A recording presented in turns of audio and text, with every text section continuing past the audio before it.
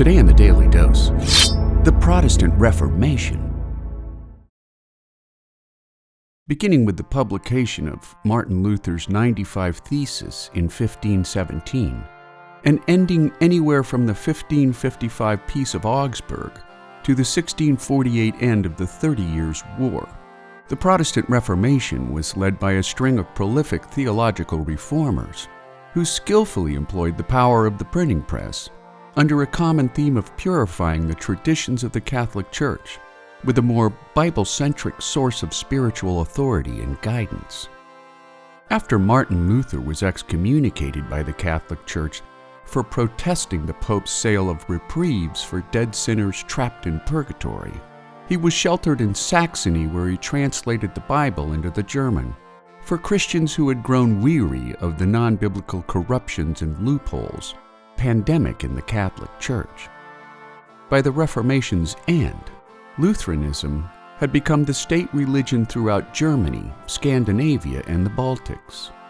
Next came the Swiss Reformation beginning in 1519, where Ulrich Zwingli's sermons closely matched the teachings of Luther, while in 1541, French Protestant John Calvin settled in Geneva after decades in exile for writing his heretical Institutes of the Christian Religion.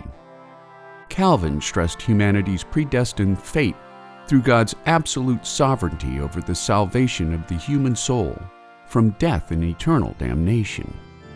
His teachings soon spread Calvinism into Scotland, France, Transylvania, and the Low Countries, where Dutch Calvinism flourished for the next 400 years. England's Reformation arose through much less dogmatic considerations, after Pope Clement VII refused to annul King Henry VIII's marriage to Catherine of Aragon.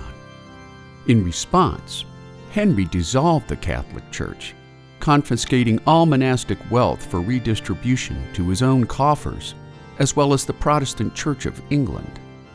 In 1536, Henry mandated every parish throughout England was required to have their own Bible, so that every Christian layman could hear and learn the unadulterated Word of God. After Henry's death, Britain embraced Calvinist Protestantism during Edward VI's 6-year reign, followed by 5 years of reactionary Catholicism under Mary I. During Elizabeth I's 44-year reign, she cast the Church of England as a middle way between Calvinism and Catholicism, issuing a revised Book of Common Prayer. To counter the threats caused by the Protestant Reformation, a counter-Reformation or Catholic revival movement took place in the Catholic Church. The period ushered in a more spiritual, less corrupt brand of Catholicism, witnessing orders like the Jesuits, who combined rigorous spirituality with globally minded intellectualism. Despite these latent attempts by the Catholic Church, Europe's new religious and political freedoms came at an enormously high price, including rebellions, wars, and fierce persecutions, at the same time strengthening intellectual expression in education, art, and music, making the Protestant Reformation a bold turning point in the religious freedoms of man. And there you have it, the Protestant Reformation, today on the Daily Dose. Get your nerd on with the Daily Dose. And if you enjoyed today's episode, share the link with a friend or colleague so that they too can learn something new every day.